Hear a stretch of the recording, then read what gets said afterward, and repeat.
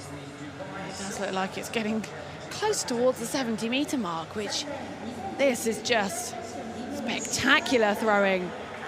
Almost 6 metres he bettered his own world record by with that 68.08, and he's found a bit more.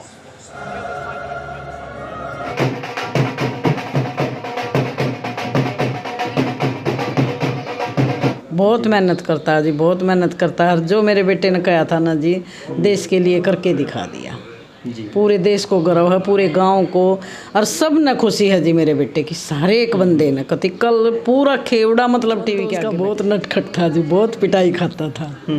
बहुत, ये छोटे वाली बेटी से तो बहुत पिटाई खाई। स्कूल में जाता था, स्कूल में भी जाके खुश नहीं था, पीट पीट के छोड़ के आती थी उसको स्कूल में। मम्मी आप रो मत, और तेरा बेटा है ना एक दिन ऐसा काम करेगा कि जो 2 पैर वाले भी नहीं कर। तो वैसे ही स्ट्रगल से भरी पड़ी थी। जैसे जब बचपन था, 7 साल की उम्र में पापा एक्सपायर हो गए। फिर 17 साल का हुआ तो एक्सीडेंट पे उसने अपना लेफ्ट लेग उसने, जिस दिन नीरज चोपड़ा का गोल्ड आया था उस दिन मैंने आस पड़ोस में भी बोला था कि देखना एक दिन मेरा भाई भी ऐसे ही गोल्ड लेके आएगा। बचपन में तो वो कंचे बहुत ज़्यादा खेलता था। स्टेडियम में जितनी भी सुविधा देंगे उतने बच्चे और ज़्यादा मेहनत करेंगे जी। क्योंकि यहाँ आसपास के गांव के पलड़ी के, जज्जल के और बसोदी के, मकीनपुर के, दीपालपुर के, यहाँ इस गांव में आते हैं बच्चे।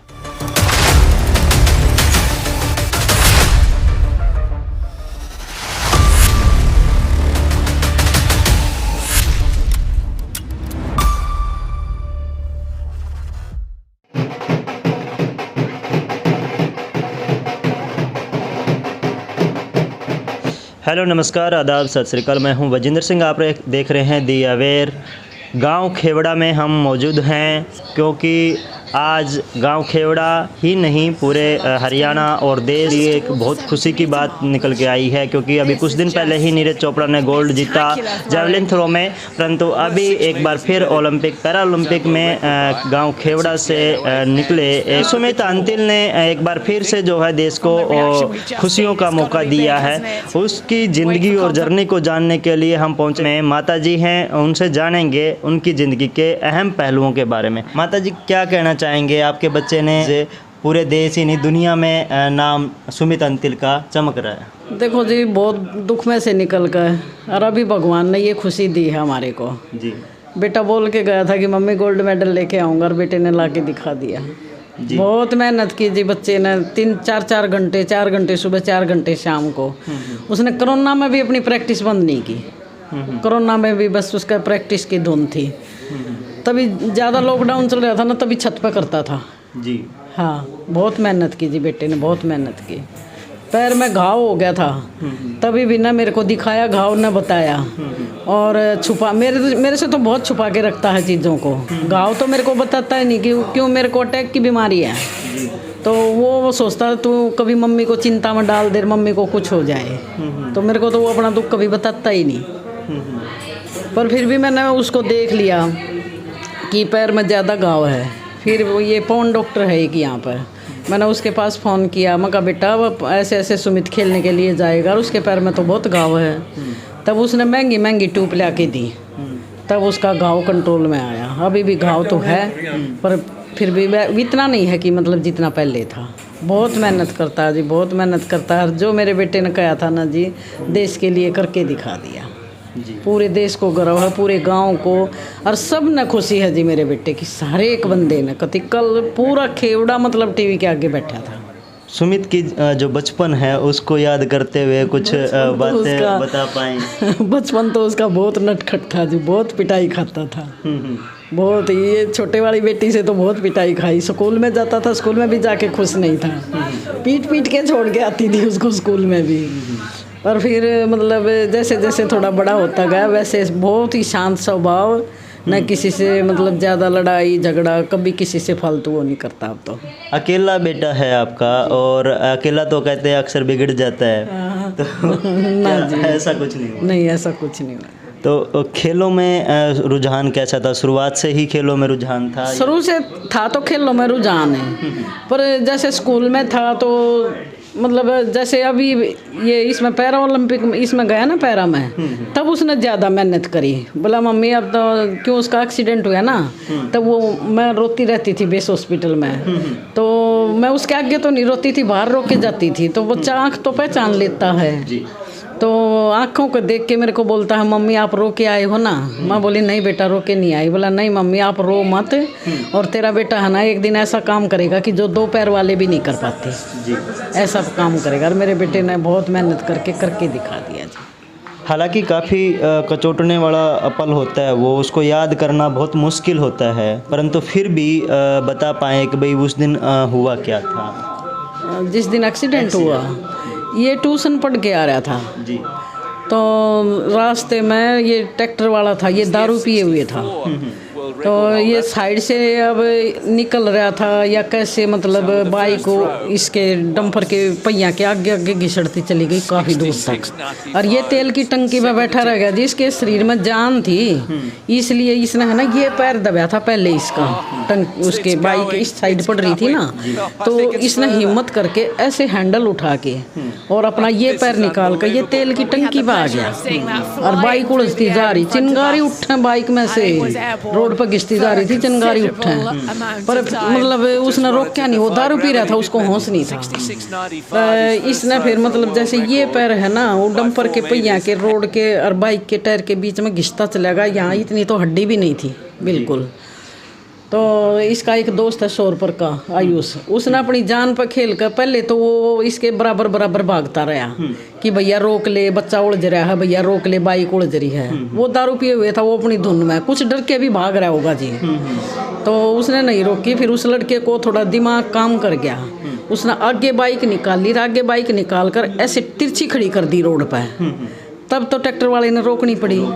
हाँ, तब वो रोक के और फिर उसने न इसको उठाया न पूछा, ट्रैक्टर रोक के वो भाग गया। जब परिवार पे इतनी बड़ी मुसीबत आती है तो उसके बाद उभरना बहुत मुश्किल काम हो जाता है, बहुत सारा खर्चा भी लगता है, बहुत सारा परिवार वैसे भी टूट जाता है, और इकलौता बेटा हो तो फिर और ज़्यादा मुश्किल आ जाती हैं। तो उसके बाद उभरने में किस तरीके की लोगों ने देखो जी, उभरने में तो काफ़ी टाइम लग गया, और इसके मतलब उसमें तो खर्चा लगा नहीं था क्यों इसके पापा सर्विस में थे।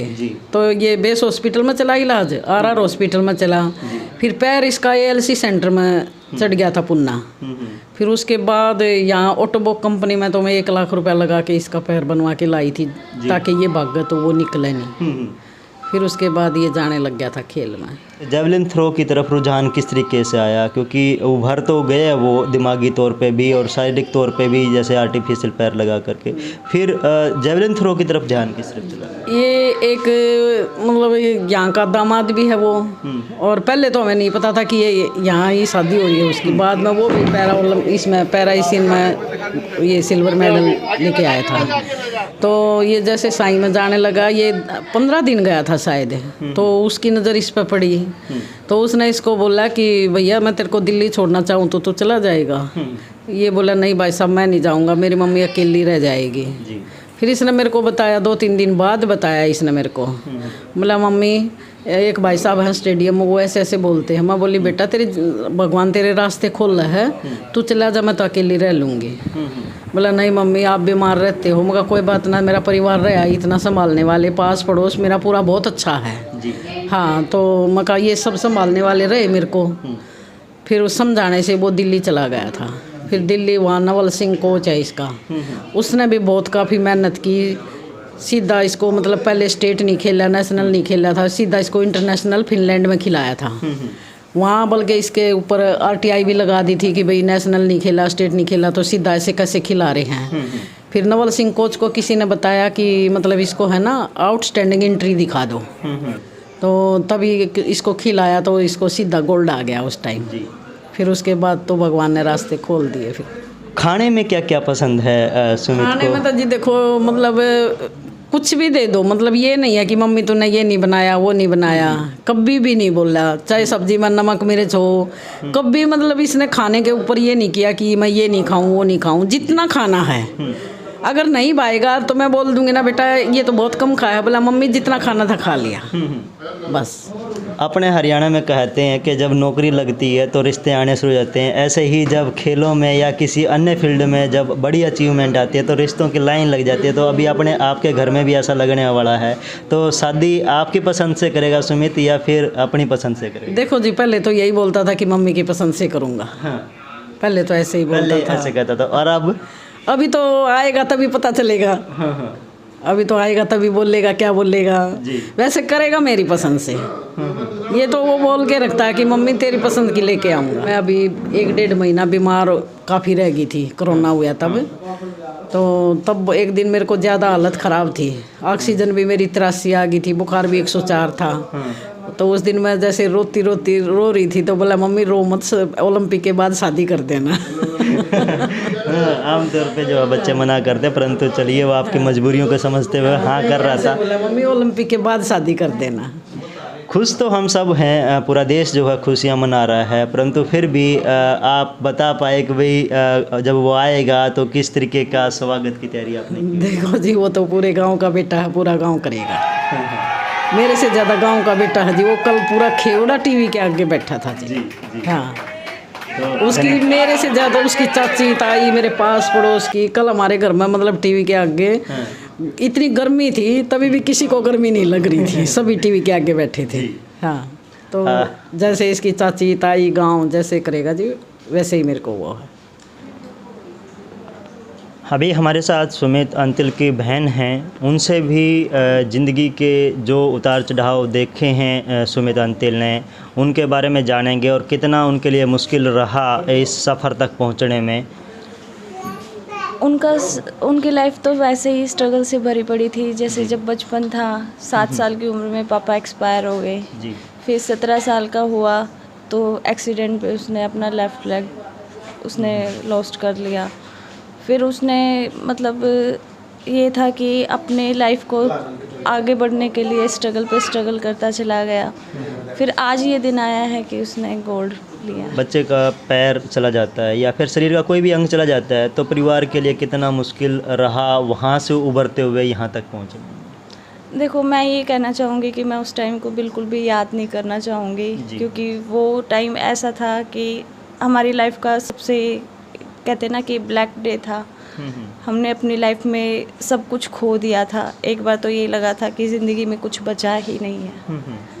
फिर उसने बोला कि उस टाइम पे भी कि नहीं, आप हिम्मत मत हारो, मैं हूँ, यही काफ़ी है तुम्हारे लिए। जब आप कह रहे हैं कि याद नहीं करना चाहते, परंतु फिर भी क्योंकि दुख के बाद ही सुख के दिन आते हैं और वो आए भी हैं निश्चित तौर पे, परंतु फिर भी अगर आप बता पाएँ कि वो दिन कैसा था और किस तरीके की वो घटना जो है वो दुर्घटना वो घटी थी।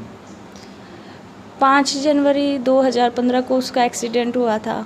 उससे पहले मेरी 2-3 जनवरी को उससे बात हुई थी। मैं भी कॉमर्स की स्टूडेंट रह चुकी हूँ। तो मैंने उसको बोला था कि तू रहने दे, ट्यूशन मत जा। मम्मी भी डरती हैं कि धुंध का टाइम है, ठंड के दिन है, लेट हो जाता है।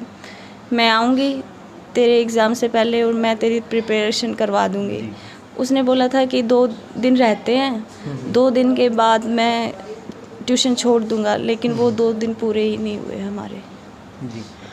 जब बच्चा खेल की तरफ जाता है तो अक्सर हरियाणा में कहा जाता है कि खेलोगे कूदोगे तो बनोगे ख़राब और पढ़ोगे लिखोगे बनोगे नवाब, इस तरह की कहावतें हैं। तो जब पैर चला गया था तो फिर परिवार का क्या रुख था? खेलों में ही जाए या फिर पढ़ाई की तरफ ध्यान दे के कोई नौकरी ज्वाइन करेगा? हमारी फैमिली में ना किसी भी हमारे बड़े ने किसी भी बच्चे को प्रेशराइज़ नहीं किया है आज तक कि आप इस फील्ड में जाओ या उस फील्ड में, आपको पढ़ना है पढ़ो, खेलना है खेलो।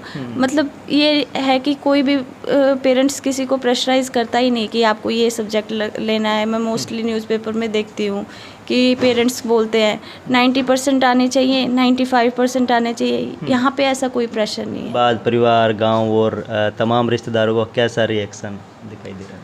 बस फ़ोन पे फ़ोन आ रहे हैं, सब बहुत खुश हैं। यहाँ पे बहुत बड़ा सेलिब्रेशन करने के लिए बोल रहे हैं। उसका 4 अटेम्प्ट होते ही मतलब ढोल बजाने शुरू कर दिए थे लोगों ने कि हाँ गोल्ड पक्का है। जब वो आएंगे तो खाने में क्या तैयारी कर रखी है, कुछ विशेष जो उनको पसंद हो? वो अपनी फेवरेट चीज़ें कभी डिस्क्लोज नहीं करता।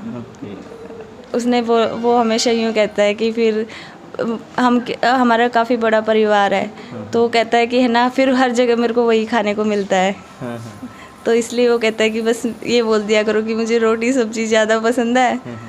तो रोटी सब्ज़ी वैसे भी उसको बहुत ज़्यादा पसंद है, वो इतना बाहर का खाना नहीं अच्छा लगता। अभी कुछ दिन पहले ही राखी का त्यौहार गया है, उससे जुड़ी हुई कोई याद है कि भाई आपने कुछ विशेष मांगा होगा?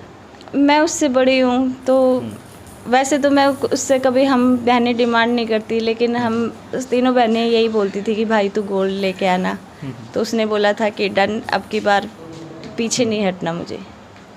कुछ दिन पहले ही नीरज चोपड़ा ने गोल्ड अचीव किया, वो भी जेवलिन थ्रो के प्लेयर हैं। हाँ। उसके बाद कैसी उम्मीदें, क्योंकि आपका भाई भी जेवलिन थ्रो खेलता है?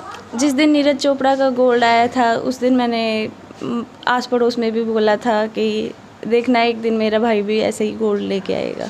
कहते हैं कि भाई पूत के पाँव पालने में ही दे जाते हैं। तो जो सफ़र जेवलिन थ्रो में तो अब हैं, परंतु उससे पहले क्या क्या गेम खेलते थे, कुछ बता पाएंगे? बचपन में तो वो कंचे बहुत ज़्यादा खेलता था। हरियाणा के हर बच्चे का बहुत ज़्यादा पिटता भी बहुत था कि कंचे, सब गुस्सा करते थे कि कंचों में क्या तेरे को वो है। कहता था मैं निशाना पक्का कर रहा हूँ, पापा की तरह मुझे फ़ौजी बनना है, क्योंकि मेरे पापा एयरफोर्स में थे। कहता था मैं निशाना पक्का कर रहा हूँ। फिर थोड़ा सा बड़ा हुआ, फिर रेसलिंग में, फिर उसके बाद उसका एक्सीडेंट हो गया, तो फिर रेसलिंग में तो कोई स्कोप रहा ही नहीं था।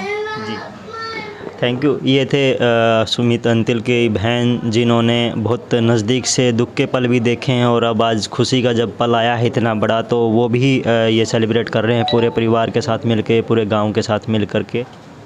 हमारे साथ सुमित अंतिल के भाई हैं, उनसे जानेंगे कि गांव में किस तरीके की अभी तक सुविधाएं हैं, और किस तरीके के आने वाले भविष्य में वो जब इतनी बड़ी अचीवमेंट आई है, तो जब सरकार और प्रशासन का जब ध्यान गांव की ओर जाएगा, तो किस तरीके की सुविधाएं वो सोचते हैं कि यहाँ पे होनी चाहिए। जी, मेरा नाम विकास है जी। गांव सारा ये चाहता है कि यहाँ एकेडमी होनी चाहिए और सरकारी सुविधा होनी चाहिए। स्टेडियम के अंदर बहुत अच्छी फैसिलिटी होनी चाहिए, और एक लाइट का थोड़ा होना चाहिए। लाइट रात रात को आती है, दिन में नहीं आती बिल्कुल भी। और एक कोई हॉस्पिटल की भी सुविधा होनी चाहिए यहाँ पे, क्योंकि यहाँ कोई हॉस्पिटल की कोई सुविधा नहीं है। हमारा गांव बहुत बड़ा गांव है, 7,500-8 हज़ार वोट है मेरे गांव में, तो इसमें ये सुविधा होनी चाहिए। और गांव में स्टेडियम में जितनी भी सुविधा देंगे उतने बच्चे और ज़्यादा मेहनत करेंगे जी। क्योंकि यहाँ आसपास के गांव के, पलड़ी के, जज्जल के और बसोदी के, मकीनपुर के, दीपालपुर के, यहाँ इस गांव में आते हैं बच्चे। ये अकेले इस गांव के नहीं करते, 5-10 गांव के और आते हैं आसपास के गांव के, पर लेकिन सुविधा नहीं है स्टेडियम में। आज गांव के आदमी इकट्ठे होंगे सारे, कल यहाँ सारे थे, वो देखो क्या करेंगे क्या नहीं, वो उन्होंने बोला पहले डिसाइड करेंगे क्या करनी है क्या नहीं करनी। जब सुमित आएंगे तो उनका स्वागत का क्या प्लानिंग की गई है? सुमित जी जब आएंगे तो उनका बहुत ज़ोरदार स्वागत होगा। पूरा गांव कल भी यहीं था घर पे सुमित के, और आसपास के गांव के भी आ रहे थे। बहुत भारी स्वागत होगा सुमित का। शुभकामनाएं भी कि, और धन्यवाद भी कि आपके बेटे ने देश को खुशियों का ये मौका दिया, और उम्मीद करेंगे कि वो आगे एशियन गेम्स और वर्ल्ड चैम्पियनशिप में भी इसी तरीके की अचीवमेंट्स लेके आएँ, और आपको भी और पूरे देश को फिर एक बार खुशियों का मौका मिले। इन्हीं उम्मीदों के साथ अभी अलविदा लेते हैं, फिर दोबारा से किसी मोड़ पर मुलाकात करेंगे। तब तक के लिए थैंक यू।